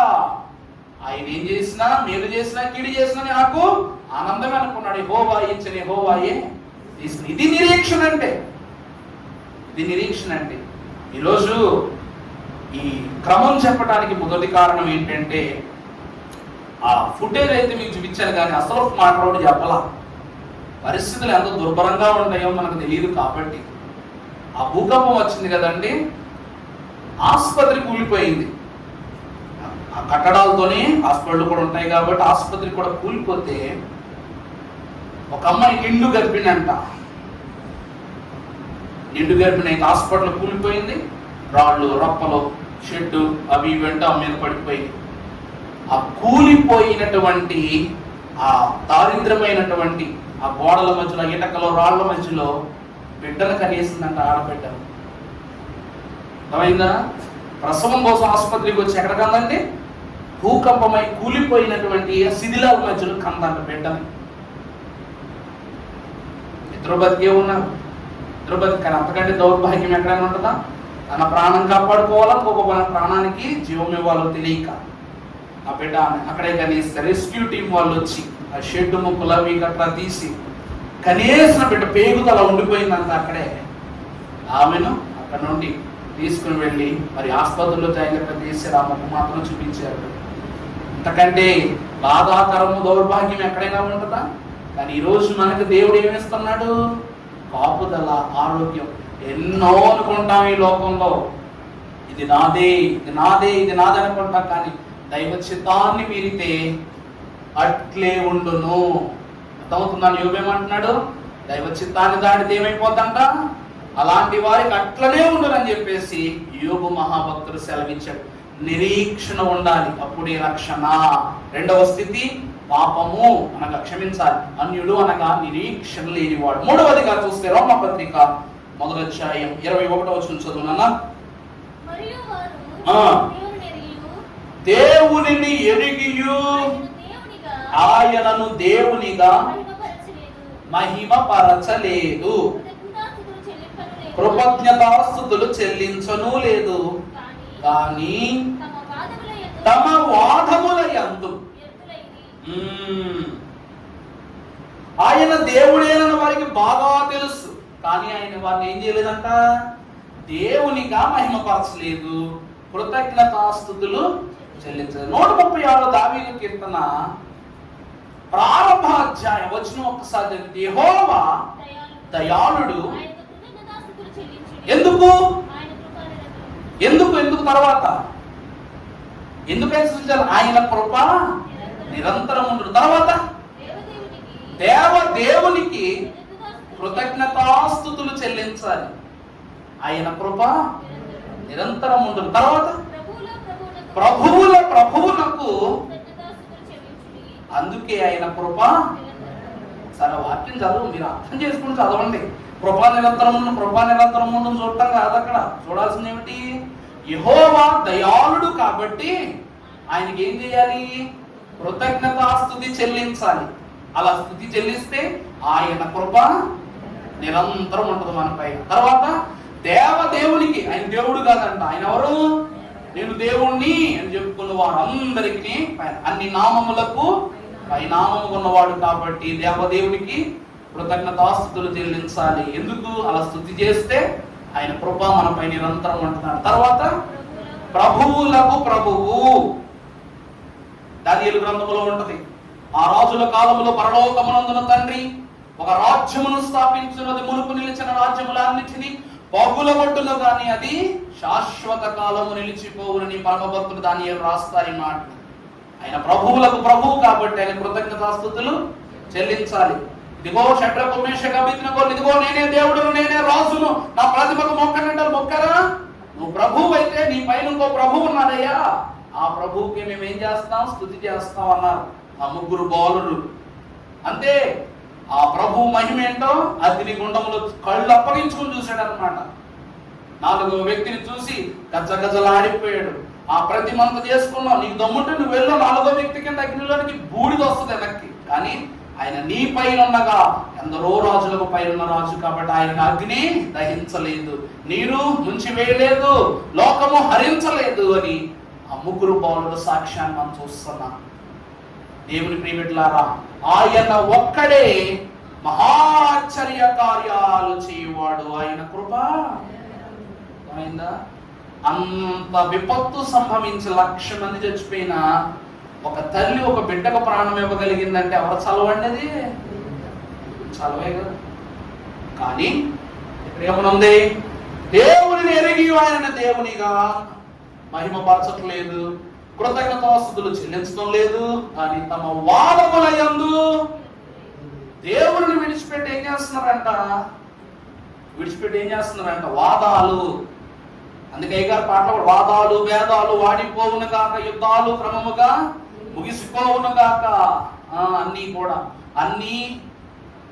అన్ని పాపాలు అంతరించును గాక, ఇలా రాస్తూ ఉన్నారు. వెలుగు నీరు గాలి కలుగ చేసిన తండ్రి మనయందరి వలన ఏం పొందుకోవాలి? ఘనత పొందుకోవాలి, మహిమ పొందుకోవాలి. కానీ వాటన్నిటిని ఇచ్చిన ప్రభువుని విడిచిపెట్టి వ్యర్థులైపోతాం. వాటి అవివేక హృదయము. ఇప్పుడు అర్థమైందా అండి? 3వది అన్యుడు అనగా ఎవరనగా అవివేక హృదయం గలవాడు, అంటే అజ్ఞానంతో ఉన్నవాడు. అవునా కాదు? దేవుని జ్ఞానము లేనివాడు ఎవరంట? అన్యుడు. అన్ని తెలుసు కానీ బిలాము ప్రవక్త ఉన్నాడు, గొప్ప జ్ఞాని, చరిత్ర చెప్పుకోగల గొప్ప వక్త. అతడు వస్తుంటే కాళ్ళ మీద పడిపోయారు. అంత గొప్ప జ్ఞాని కాబట్టి ఇశ్రాయేలీలను ఏమీ చేయలేని మహారాజులు బిలాము దగ్గరకు వచ్చి, అయ్యా ఇశ్రాయేలు ఏం చేయాలని తననే సలహా అడిగారు. అంత జ్ఞాని కాబట్టి, తన జ్ఞానవంతుడు కాబట్టి ఏం చేశాడంట? తన జ్ఞానాన్ని అంధకారమయం చేసుకున్నాడు. అవునా కాదండి? మంచి చెప్పవలసిన నోట ఏం చెప్పాడంట? చీకటి మాట పలికాడు. ఇశ్రాయేలీల యొక్క 24,000 మంది ఇశ్రాయేలీల పతనానికి కారకుడయ్యాడు. చరిత్ర ఒక హీనునిగా గుర్తు పెట్టుకుంటుంది, వాక్యం కూడా. కారణం చీకటి, జ్ఞానం, అజ్ఞానం, పాపం. మన తెలివితేటలు ఏం చేయాలి? వాక్యము దివ్య వంటిదంట. అందుకని ఈ వాక్యం నా పాదాలకు దీపం, నా త్రోవకు మంచి మార్గం చూపిస్తుంది. అలాంటి వాక్యమును లోకం వైపు మళ్ళించుకున్నాడు, లోకం వరకు వాడుకున్నాడు. ఏమైపోయింది? తన జీవితం చీకటి అయిపోయింది. చీకటిలో ఉన్నవారు అవివేకి. అందుకే వాక్యంలో ప్రస్తావించబడు, చదువులన్న తాము జ్ఞానులమని చెప్పుకొనొచ్చు. కొందరు ఏమైపోతున్నారంట? బుద్ధిహీనులైపోతున్నారు. అంటే దాని అర్థం ఏంటి? దేవుడే గొప్ప, మా వాళ్ళే గొప్ప, మేమే గొప్ప, మాదే గొప్ప, మాతో ఉంటేనే గొప్ప. నిజం చెప్పాలంటే గొప్ప గొప్ప గొప్ప అనుకునే ప్రతి ఒక్కరికి చివరికి దేవుడు చెప్పెత్తాడట. అర్థమైందండి? గొప్పలు కొరకు పరిగెడితే చివరికి ఏమొస్తాయన్నారు అయ్యగారు? చెప్పలు పడతాయట చేతులు. చెప్పలు పడిన తర్వాత చేతులకు ఏమొస్తుంది? చెప్ప. వెనక సామెత గుర్తు కూడా రావట్లా. గర్వం అహంకారం అనేది దాటిపోయిన తర్వాత చేతికి కర్ర, చేతికి చెప్పు వస్తుంది. కారణం ఏమిటంట? నేనే నేనే నేనే అనుకున్నాడు. హీనుడిగా పడున్న లాజరు, అయ్యా నాకు కాస్త నీరినైనా, నాకు అన్నం పెట్టినైనా అన్నాడు. చివరికి ఏమైపోయింది? పరలోకంలో వరుస మారిపోయింది, క్రమం మారిపోయింది, ఎత్తుపల్లాలు అయిపోయింది. ఇప్పుడు ఎక్కడ అడుగుతున్నాడు? అస్తంత దావీదు కుమారుడు అబ్రహాము, దేవా దేవుని కుమారుని అట్లా చిన్న నాలుగు, ఇప్పుడు నీరు పొట్టు తీసిన నాలుగుకు నడుపున ఆయన తాపంతో తట్టుకోలేకపోతున్నాను ఈ అగ్ని వేడికి అని చెప్పేసి వేడుకొన్నాడు. చివరికి అతని చేతికి ఏమొచ్చింది? దేవుని ప్రియబిడ్డలారా, ముందుకు వెళదాం. వారు అక్షయుడకు దేవుని మహిమను క్షయమైన మనుష్యుల యొక్కయు పక్షుల యొక్కయు చతుష్పాద జంతువుల యొక్కయు పురుగుల యొక్కయు ప్రతిమా స్వరూపముగా మనచిరి. అంటే దేవుడు ఈ లోకములో సృష్టించిన దేనినైనను ఎంచి ఏం చేయకూడదు? మన పాటలో ఉంటది కదండి, ఏ పాట అండి అది? అంతేనా? క్రైస్తవ సంఘమా? పాప వృత్తిని నొక్కకూడదు అని ఉంది. కానీ మేము తెలివైన వాళ్ళము, జ్ఞానులు మనం ఏం చేస్తున్నారంటే దేవుడు సృజించిన వాటిని ప్రతిమా స్వరూపములుగా మార్చిరి. ఈ హేతువు చేత వారు తమ హృదయముల దురాశలను అనుసరించి ఏమండి తమ శరీరములను పరస్పరము అవమానపరుచుకున్నట్లు దేవుడు వారిని ఎవరికి అప్పగించేశాడంట? అర్థమైందా? అపవిత్రతకు అప్పగించాడంట. అంటే నీకు ఉదాహరించి ఒక మాట చెప్తా. అబ్దుల్ కలాం గారు న్యూక్లియర్ సైంటిస్ట్.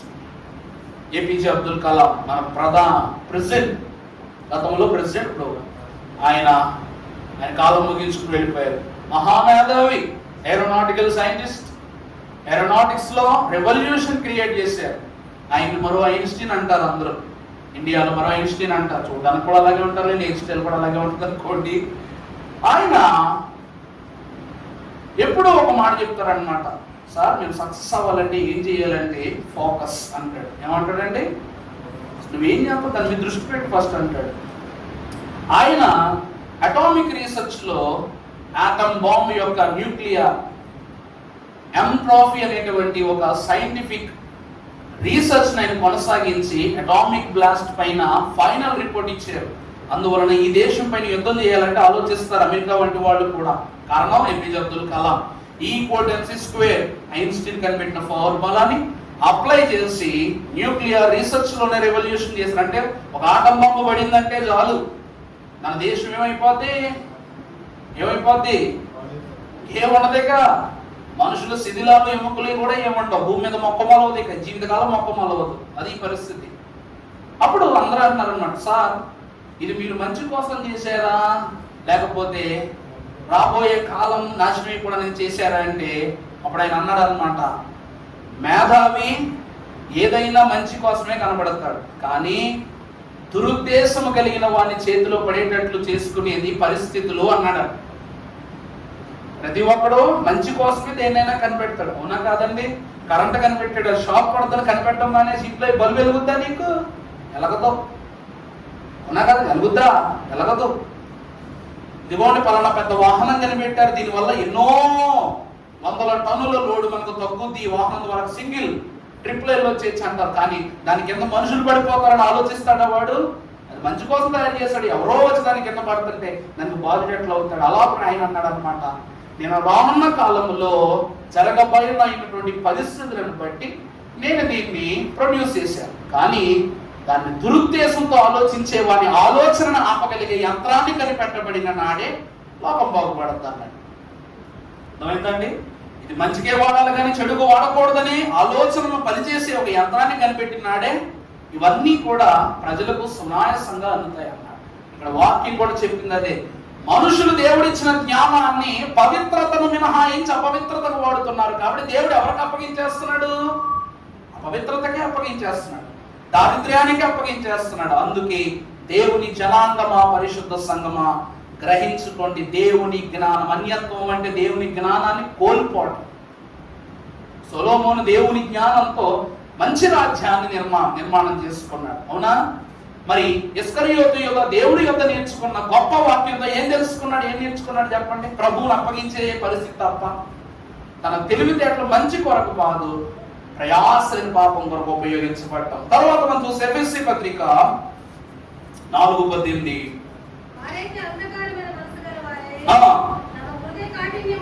తమ హృదయ కాఠిన్యము వలన, తమలో ఉన్న అజ్ఞానము వలన కలుగు జీవములో నుండి వేరుపరచబడిన వారై తమ మనస్సుకు వ్యర్థత అనుసరించి, అర్థమవుతుందా? వాక్యం చూడండి ఒకసారి. వారైతే అంధకారమైన మనస్సు గలవారే. ఏమండి, లోకములో ఎక్కడా చీకటి లేదంట. సూర్యుడు స్వయం ప్రకాశి, అతను వెలుగుతూనే ఉంటాడు. అక్కడ ఏమో అడ్డంకులేం లేవండి. సూర్యుడు ఎప్పుడూ వెలిగిస్తూనే ఉంటాడు. కానీ వెలుగుతున్న సూర్యుని ఎదుట, ఈ ఎండ ఎదుట నువ్వు కళ్ళు మూసుకున్నావంటే వెలుగొస్తుందా నీలోకి? నీ రెప్పలు మూయగా నీ దేహం అంతటికీ చీకటే. అలాంటిది నీ హృదయమే మూసిపోయినప్పుడు ఇక దేవుడేం కనబడతాడు? నిజమంటారా కాదంటారా? ఈ రెండు కళ్ళు మూస్తే లోకం కనబడుతుందా నీకు? మొత్తం చీకటే. అలాంటిది ఆత్మీయ హృదయాన్ని దేవుని సన్నిధిలో తెరలు దించుకుని బ్రతుకుతున్నప్పుడు దేవుని రాజ్యం, అంత విస్తారమైన రాజ్యాన్ని ఏం కళ్ళు చూడగలం? ఎందుకంటే మీరు మునుపటి నుండి ఇప్పటి వరకు చీకటి అయి ఉన్నారు కాబట్టి. దైవజనులు దేవదాస్ శేఖర్ అన్నారట, అయ్యా మీకు ఎప్పుడు శ్రమ కలిగించే రోజు రాలేదా అంటే, నేను శ్రమను గురించి ఆలోచించలేదు. నేను ఎవరి గురించి ఆలోచించేవాడిని? ప్రభువు గురించి మాత్రమే నేను ఆలోచించేవాడు అన్నారు. వెలుగై ఉన్న వాక్యమును, వెలుగై ఉన్న దేవుని పట్టుకుని నడుచువాడు ఎన్నటెన్నటికి, నన్ను వెంబడించువాడు ఎన్నటెన్నటికి చీకటిలోనికి పోడు అని ప్రభు అన్నారు. చదువుకుందాం. వారు సిగ్గులేని వారై ఉండి నానా విధమైన, ఈ పదము చాలా, సిగ్గు అనే పదము అది దిగంబరత్వము కన్నా ఘోరమైనదండి. తెలుసునా మీకు? దిగంబరత్వం కంటే ఘోరముగా వాడబడే పదం ఏంటి? సిగ్గు. సిగ్గు లేదా అంటారు. దాని అర్థం ఏంటి? దిగంబరత్వం అయితే మనుషులు కన్నులు ఎదుట కనపడవు. కానీ సిగ్గు అంటే అసలు ముఖమే చూపించుకోలేం కదా, అవునా? సిగ్గులేనితనం అంటే ఏమిటి? ముఖాన్ని చూపించుకోలేని దౌర్భాగ్యం. ఈరోజు మనము చూసినట్లయితే ప్రియబిడ్డలారా, పాపము చేయటం దేవునికి దీపం పెట్టడం, పాపం చేయటం దీపం పెట్టడం. నీ పాపము గొప్పదా? ఈ పాపాన్ని కప్పేసి వెలుగు నింపేసే దీపం గొప్పదా? ఈ పాపం గొప్పదా? ఇంత పాపాన్ని కూడాను కాసేపు వెలిగించి నీ జీవితంలో వెలుగు నింపేసుకున్నాను, దేవుడు నన్ను క్షమించేశాడని ఆశగా వెలిగించే దీపం గొప్పదా అంటున్నా. ఇక అర్థమేదో చెప్తానండి. 10 రూపాయలు గొప్పదా? 100 రూపాయలు గొప్పదా? ఏది మీ దగ్గర 10 రూపాయల నోట్లన్నీ నాకు ఇచ్చేయండి. అది బొత్తిగా సిల్లర్ లేదు బయట. 10 రూపాయలు గొప్పదా? 100 రూపాయలు గొప్పదండి? సరే, మీకు అర్థమేదో చెప్తాను. ఒక పాయింట్ తీసుకున్నానే, ఒక పాయింట్ తీసుకున్నా, ఒక నోటు తీసుకున్నా, 2 కింద పడేసా. ఏది శబ్దం అవుతుంది? నోటు ఎందుకు శబ్దం రాదు? కాదండి, విలువైనవి నిశ్శబ్దంగా ఉంటాయి. అర్థమైందా? విలువైనవి ఏంటండి? నిశ్శబ్దంగా ఉంటాయి. కారణం ఏంటి తెలుసా? 10 రూపాయల నోటు పాడేసినా, 100 రూపాయల నోటు పాడేసినా 2 శబ్దం రావు కదా గారంటే. కానీ విలువ దేనికి ఎక్కువ ఉంది? అర్థమైందా? అవి డబ్బులే, ఇవి డబ్బులే.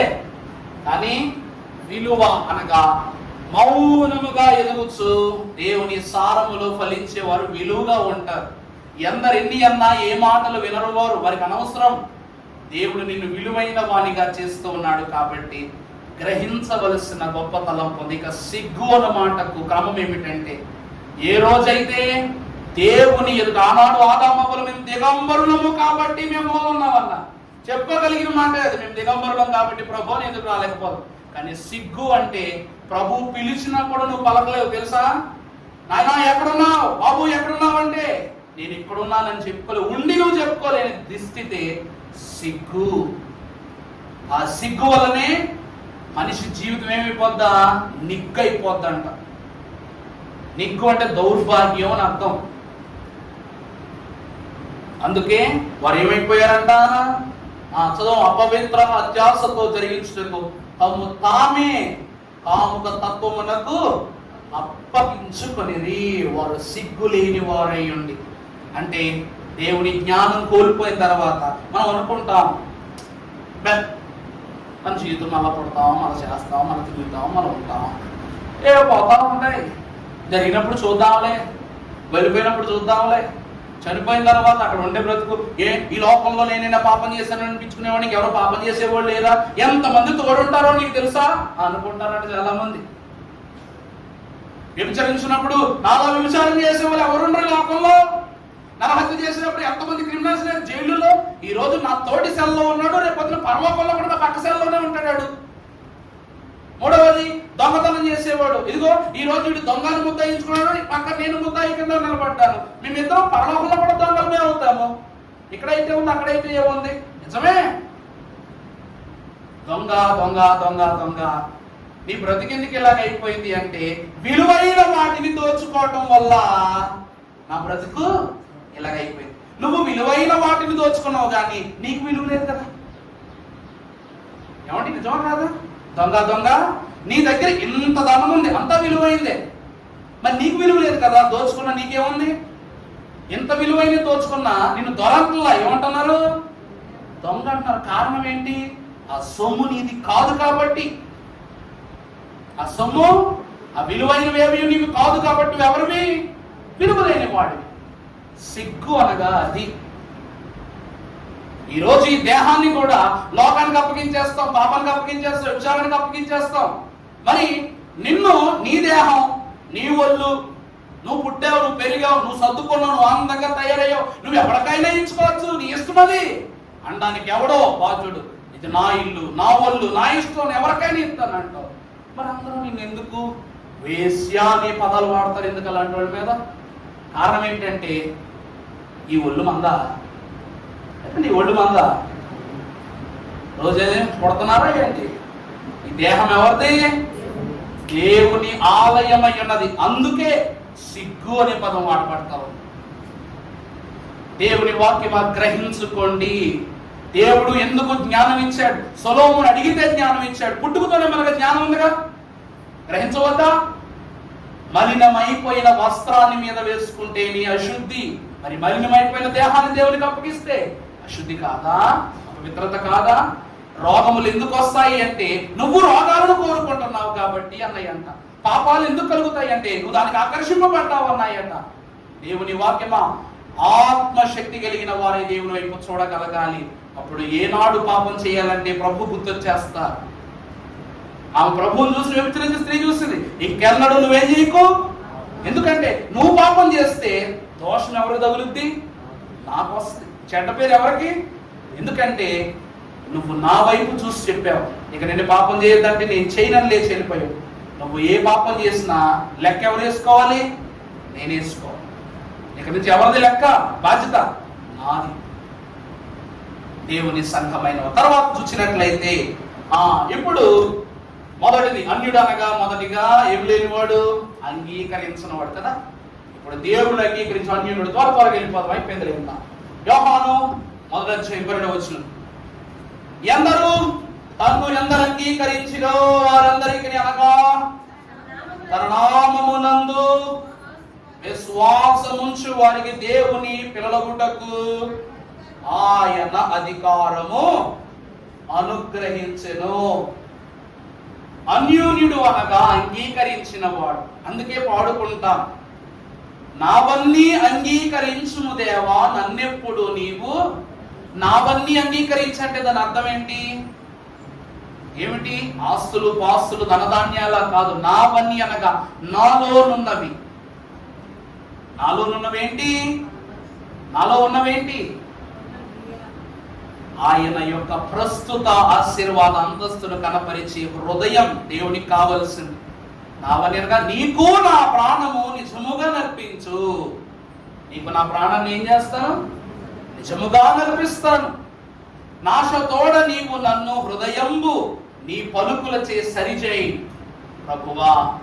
సత్యంబు నీ ప్రేమ చక్కగా మదిపోని యాశతోడనైనను ఆత్మచే నిత్యము వసింపజేయబడుతూ నావన్నీ అంగీకరించును దేవా.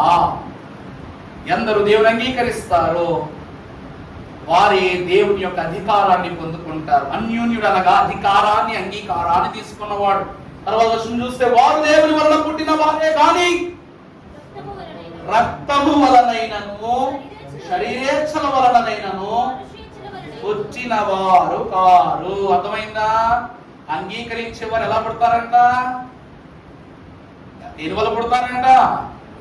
దేవుని వలన పుట్టిన వారు. ఆదాము ఎవరి వల్ల పుట్టాడండి?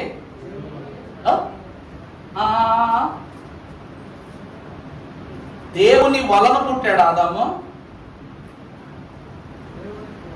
మా దేవుని చేత సృష్టింపబడ్డాడు.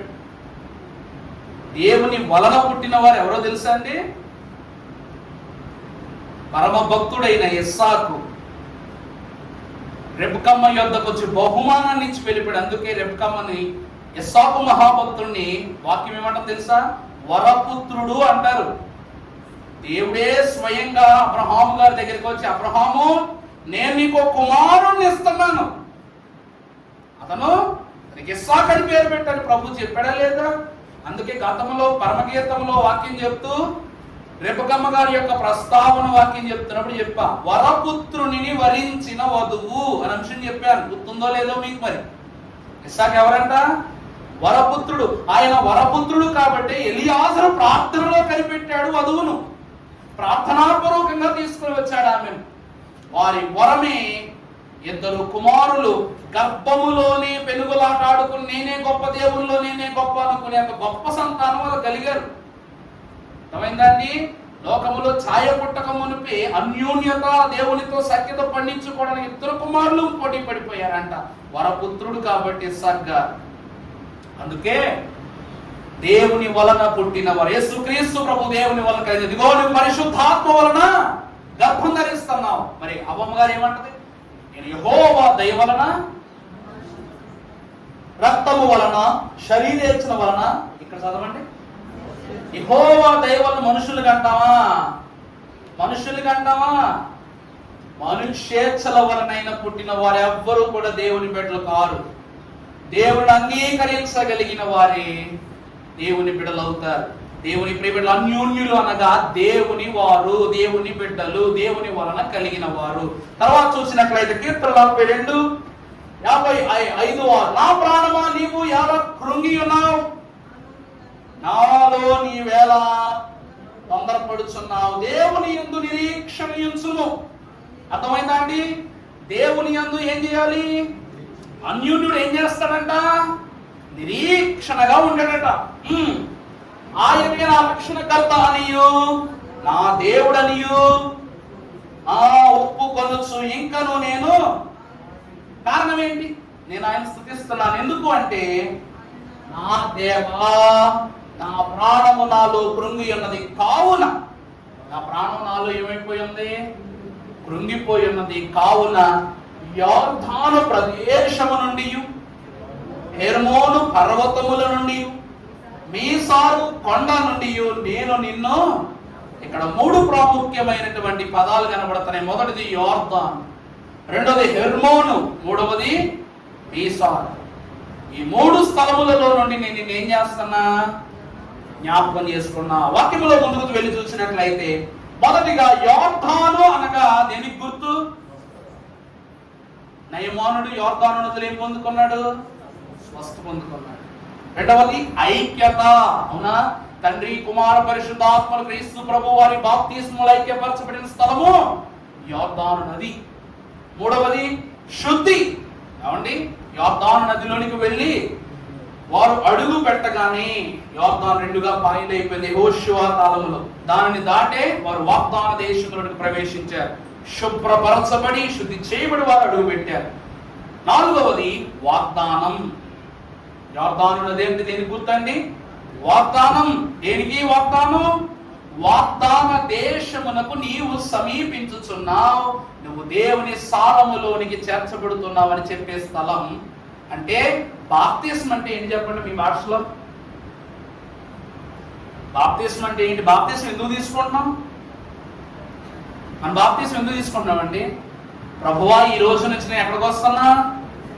నీలోకి వస్తున్నా, నీలోనికి వస్తున్నా. ఈ రోజు నుంచి నేను ఏం చేస్తున్నా? నీకు వాగ్దానం. వాగ్దానములు చూడుడి.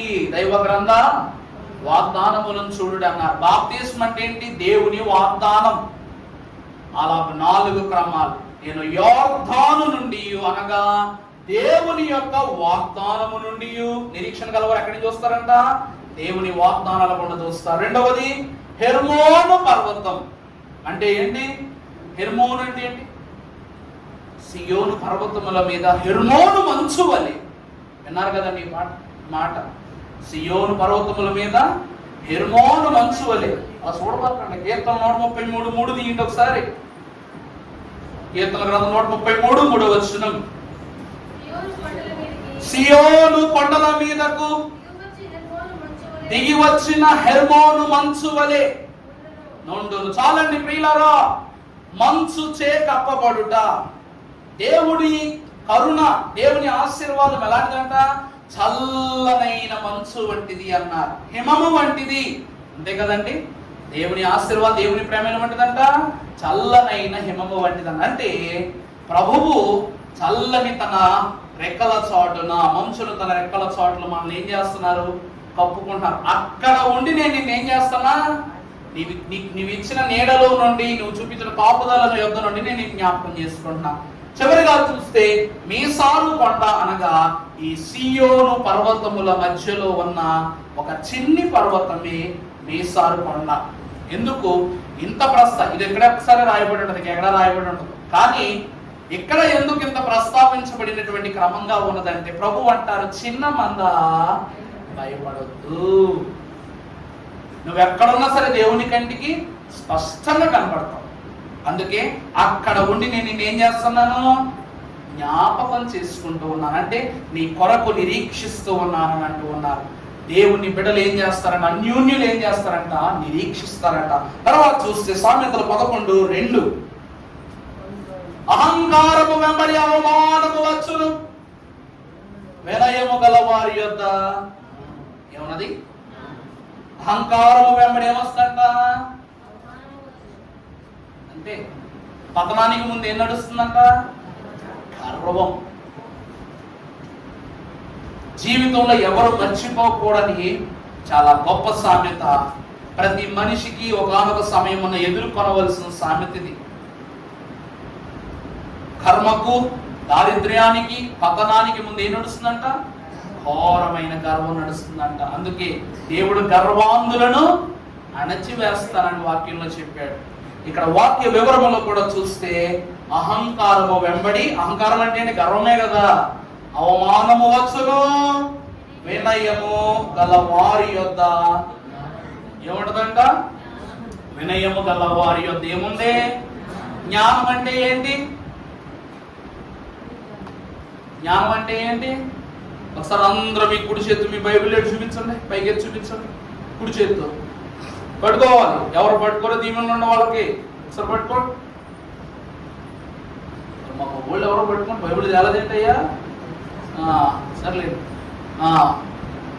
సంతోషం, దించేసాడు. మీ కుడి చేతిలో ఏముంది? మీ కుడి చేతిలో ఏముంది? అర్థమైందా? మీరు వినయము గలవారు కాబట్టి వినయము గల మీ యొద్ద ఏముందంట? జ్ఞానం ఉంది. వాక్యంలో చూద్దాం. కొరింథీయులకు రాసిన మొదటి పత్రిక 1వ అధ్యాయం 24. ఆయన యూదులకును ఆటంకముగాను కానీ యూదులకేమి, గ్రీసు దేశస్థులకేమి, పిలువబడిన వారికేమి క్రీస్తు దేవుని శక్తియు దేవుని జ్ఞానంతో. మీ చేతిలో ఏముందంట? దేవుని జ్ఞానం ఉందంట.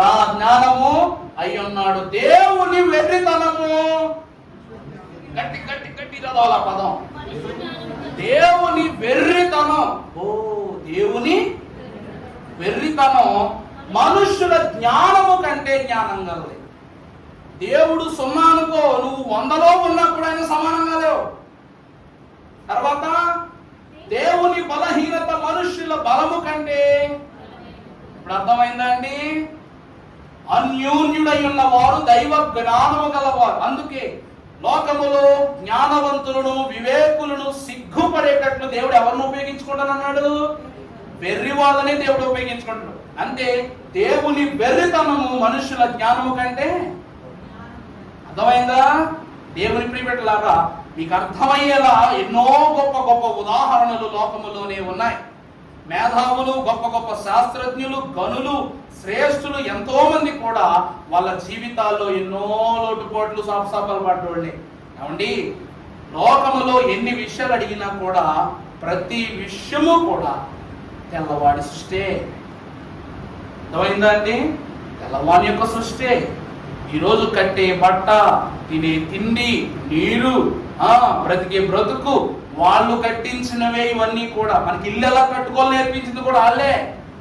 మనకి ఇల్లు కట్టబడిన కాలంలోనే కోర్టులు కట్టారు, రైళ్లు కట్టారు, రైలు బ్రిడ్జులు కట్టారు వాళ్ళు. ఎంత జ్ఞానమో చూడండి. జ్ఞాన సంపద దేవుని యొద్దనే గుప్తమై ఉన్నదని దేవదేవుడు వాక్యము ద్వారా ఘనముగా సెలవిచ్చిన వాడై ఉన్నాడు. ఈరోజు వరకు సైంటిస్టులు అంటాం. సృష్టిలో సైంటిస్ట్ గురించి మాట్లాడాల్సి వస్తే వైట్ పీపుల్ గురించి మాట్లాడతాం, మన గురించి మాట్లాడతాం. వరల్డ్ లో అంటే ప్రపంచంలో అప్పటి నుంచి ఎప్పుడు ఫస్ట్ సైంటిస్ట్ ఎవరు తెలుసా అండి? సైన్స్లో, హిస్టరీలో సైన్స్ పరంగా ఫిజిక్స్, కెమిస్ట్రీ ఇవన్నీ కలుపుకొని ఫస్ట్ సైంటిస్ట్ పేరు ఏంటి తెలుసా? అరిస్టాటిల్. ఎవరో తెలుసా అండి? అరిస్టాటిల్. ఆయన రూపం కూడా ఎలా ఉంటుందో తెలియదు లోకానికి. ఆయన రూపం కూడా ఎలా ఉంటుందో తెలియదు, ఏదో ఒక బొమ్మ గీసేశారు అంతే. కానీ పేరు మాత్రం ఏంటి? అరిస్టాటిల్. ఆయన తర్వాతే ఎవరైనా చెప్పుకోలేరు. ఫ్లెమింగ్, ట్రియోటోకో, మోజో వీళ్ళందరూ కూడా గొప్ప గొప్ప సైంటిస్టులు. అందులో ఒకరు ఫిలిపై, ఇంకొకరు కొలంబియన్. ఇంత గొప్ప గొప్ప శాస్త్రజ్ఞులు ఉన్నారు. మనం చెప్పుకోవాల్సి వస్తే ఒక పేరు చెప్తాడు తెలుసా? ఆర్యభట. అయితే ఏం కనిపెట్టాడంటే జీరో అంటాం. అందుకే ఈరోజు అన్ని విషయాల్లోనూ మనకి ఏమవుతున్నాయి ఎగ్జామ్ పేపర్ల మీద? గుడ్డు, కోడిగుడ్డు. అవునా కదండి? కోడిగుడ్లే కదా వచ్చింది. ఈరోజు నీ బిడ్డ చదవట్లేదు అనుకోద్దు, వాడు ఎంత గొప్ప మేధావి అయిపోతాడో మనకేం తెలుసు? చూస్తూ చూస్తూ చూస్తూ చూస్తూ ఉన్న బలంగా అంతరిక్షానికి వెళ్ళగలిగే గొప్ప ఏరోనాటిక్ సైంటిస్ట్ అయిపోతాడేమో. ఎవరికి తెలుసండి? అందుకే మేధావులు లోకములు మూడులాగే కనబడతారు, కానీ వారి కాలగమనంలో దేవుడు వాళ్ళు ఎలా వాడుకుంటాడో కూడా. గొర్రెలు కాసిన దావీదు అనుకున్నా నేను రాజునవుతానని. దేవుడి వాక్యం క్రమం గమనించుకోండి. తర్వాత మనం చూస్తే దైవ జ్ఞానము అన్యోన్యతను తప్పిస్తూ ఉంది. దేవుని ప్రియబిడ్డలారా, ఈ క్రమమును బట్టి చివరిగా నా మాటలు ముగిస్తూ చివరి క్రమాన్ని, చివరి వచనాన్ని తెలియజేస్తున్న ఒకసారి అంశపాటలోకి వచ్చేసి 17వ వచనం. మరియు ఆయన వచ్చి దూరస్తులైన మీకును సమీపస్తులైన వారికి సమాధాన సువార్తను ప్రకటించెను. ప్రభువునందు ప్రియబిడ్డలారా, చివరి స్థితి ఏమిటంటే సువార్త ద్వారా మనకి ఏం కలుగుతుందంటే వెలుగు. సువార్త ద్వారా మనకి ఏం కలుగుతుందంటే, మీ గతంలో 1000 ఏండ్ల పరిపాలన చెప్పేటప్పుడు 1000 ఏండ్ల పరిపాలన మనకి ఏముంటుందంటే నిత్య సువార్త. దేవుడు తానే దేవుడై ఉండి సర్వలోకమునకు వెలుగుగా మన మధ్యనే నివసించును అనే వచనాన్ని మనం చూస్తాం. ఈరోజు ప్రభు కూడా సమాధానార్థమైన సత్య సువార్తను వెలుగుగా ప్రకటిస్తున్నాడు. ప్రకటించిన ప్రభువే ఆయన ద్వారానే మన ఉభయులము ఏమైపోతున్నాం అంటే అన్యుడు ఏమైపోతున్నాడు? అన్యోన్యుడైపోతున్నాడు. అన్యుడు ఏమైపోతున్నాడు అంటే దేవునికి అన్యోన్యుడైపోతున్నాడు. అన్యోన్యుడైపోయి ఒక ఆత్మయందు తండ్రి సన్నిధికి చేరగలిగి ఉన్నాము. అంటే ఈ అన్యుణ్ణి, అందుకే పెదవులు ఏమంటారు? మొదటి వారు కడపటి వారు. అవునా కదా? అన్యుడైపోతాడు. అన్యుడైపోతాడు. అందుకే నాయన లోకమంతా ఏమైపోతుంది? లోకమంతా క్షమించాలి. త్వరగా రాని యేసు కీర్తన ఏంటది? ఏమిటది చరణం ఏంటమ్మా? లోకముతో నీ సంఘము ఏకమైపోతున్నాయి. సంఘమైన వారు మా లోకంలోకి వెళ్ళిపోతున్నారు. ఏమి చేతులు ప్రభువా త్వరగా రా అంటున్నారు. దేవుని ప్రియబిడ్డలారా, ఈ దినమున మనం ఎంత దేవునికి దగ్గరగా ఉన్నా, ఎంతో కాస్తంత స్నేహాన్ని బట్టో, పనులను బట్టో, వైఖరిని బట్టో, నైజాన్ని బట్టో లోకమని అన్యత్వములో మనం ఉన్నామేమో. మనము స్నేహం చెయ్యాలి, కానీ నీ స్నేహము వలన అతడు దేవునికి అన్యోన్యుడు అయిపోవాలి, కానీ నువ్వు వానిలోనికి వెళ్ళిపోకూడదు. ఎవరికైనా సమాధానం చెప్తే అబ్బా ఇలాంటివి పద్ధతి మనకు జాగ్రత్తగా మనం వారి దగ్గర నేర్చుకోవాలనిపించుకునేలా ఉండాలి. అందుకే దైవజనుని యొక్క ప్రేమను బట్టి ఈ అన్యోన్యమైన దేవుని వాత్సల్యతో దేవుడు మనందరినీ ఫలింపజేసి వ్యర్థులైన లోకములో అర్థము లేని మనకు సమృద్ధి కలిగిన ఈవులను సదాకాలము తండ్రి దయచేసి దీవించను గాక. పరిశుద్ధుడా, పరలోక ప్రసన్నతతో మమ్మలను మిక్కిలి ప్రేమగా ఆదరించి ప్రేమించి నీ ఆత్మీయతలో ఫలింపజేసిన స్వామి వందనాలు చూపించిన సహాయం దయచేయండి. అందరినీ నీ కార్యశుద్ధి చేత నింపి నడిపించు. మహోన్నతుడు, సర్వోపకారి, సర్వ సృష్టికి మేలు దయచేసి వాక్యము ద్వారా మమ్మల్ని అందరినీ అన్యోన్యములుగా చిరకాలముని సన్నిధిలో నిలుపుకొని యేసునామాన వేడుకొనుచున్నాం తండ్రి. అందరికీ మరణాత. ఇప్పుడు చెప్పండి, మీరు అన్యులుగా ఉంటారా? అన్యోన్యులు